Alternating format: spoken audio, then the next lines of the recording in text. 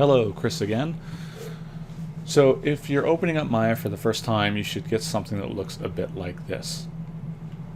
If you do not, if your screen does not look like this, then you should make sure that you're on the same workspace that I am, and I will be using Maya Classic. So if you go to this top right where it says workspace, click on this drop down and find Maya Classic and select that, and you should be seeing something similar to what I have here. So I want to give a sort of interface tour and show you kind of what we're looking at to begin with. So we have the top menus up here, and frequently when I'm saying, go to the top menu, edit mesh, what I mean is, look up here at the top and there should be edit mesh. So there are a lot of different top menus related to different things that Maya can do. And you see this where it says modeling. If I click this drop down menu, you'll see, oh, there's rigging, animation, so on and so forth. And each one of these has a different set of top menus. So you'll want to make sure that you're on modeling, which it should be by default. Up here we have some other stuff like opening and saving different scenes, snapping options, we'll get into that later, different rendering shortcuts. And then below that we have the shelves. So each one of these shelves specializes in whatever type of task you're doing, and it will show icons for some of the most used tools and actions for that task. So we're going to want to make sure we're on poly modeling for this. All right. So this large window here is the viewport, and the viewport has its own menu up here, and this menu controls what we're looking at inside of the viewport, and there are a bunch of shortcuts to also control how the viewport is rendering. Okay, we'll get more into this later, but yeah, just know that I say go to the viewport menu, view or viewport menu, shading, etc. What I mean is the viewport menu up here. All right. On the left hand side we have various selection and transform tools. All of these have shortcuts. Also, if you're curious about any of these buttons or icons, if you hover over them, you should get a little window that pops up that tells you what they do, right? So this is the select tool. The shortcut is Q on the keyboard, and it tells you what it does. All right. So always, you can always look at that little pop-up window if you're confused about something as a good starting point. So beneath that we have the panel layout buttons, and so these panels control what we're seeing in the viewport.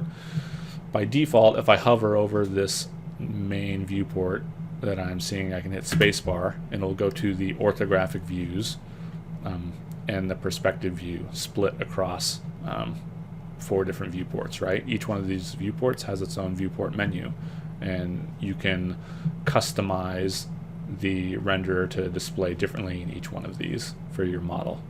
If I hover over any of these and hit spacebar, it will full screen that viewport. I can hit spacebar again to get back.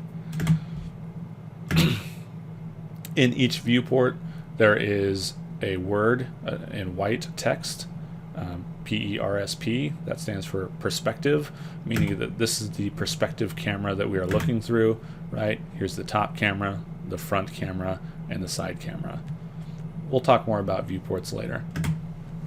For now, I'll just full screen perspective.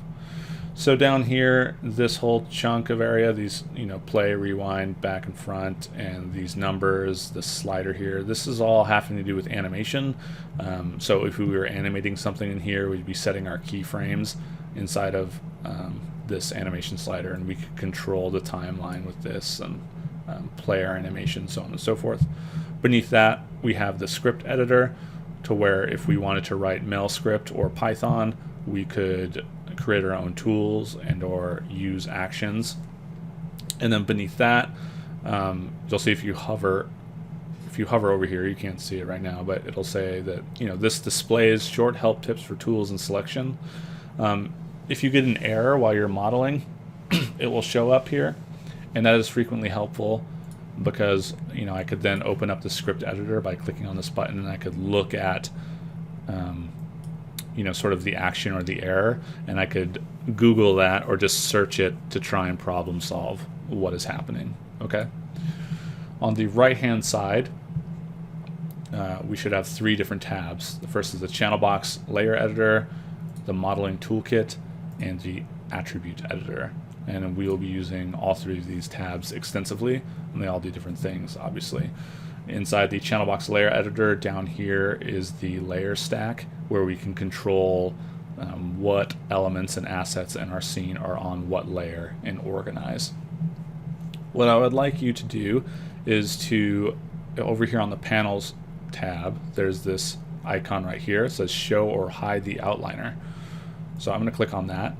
I always work with the outliner open.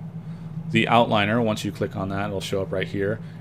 The outliner displays everything that is in your scene, or at least everything, by default, everything that is significant. There's a bunch of other stuff that we could, have the outliner show, just underlying elements of the scene, but we don't really want to mess with that right now.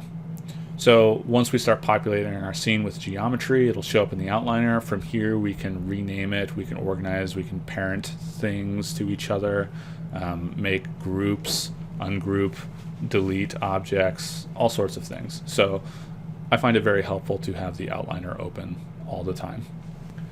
The last thing I want to talk about with this video is that all of these menus are available through various marking menus.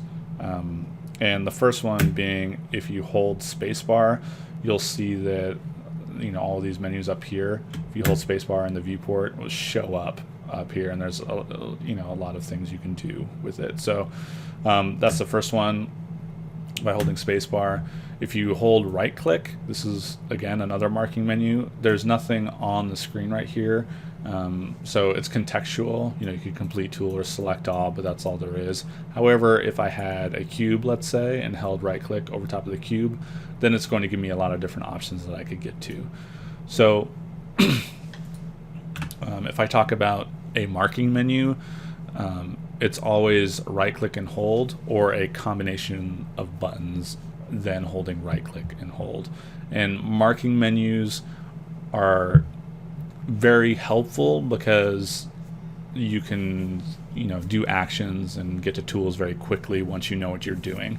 So for example, there's usually a bunch of different ways to do any one thing inside of Maya. So if I wanted to create a cube, for instance, I could come up here to create polygon primitives and cube, right? There's a cube. Alternatively, I could go to poly modeling and click on this cube on the shelf.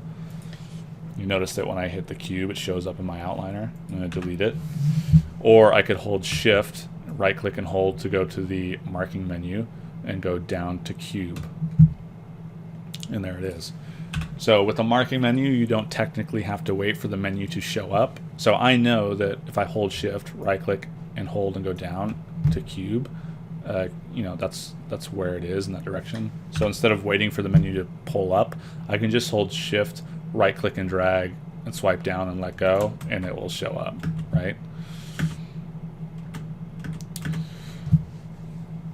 Great, so that's the basics of the interface, and we are going to dive into creating a project and setting a project in order to make sure that we're keeping ourselves organized throughout an entire project.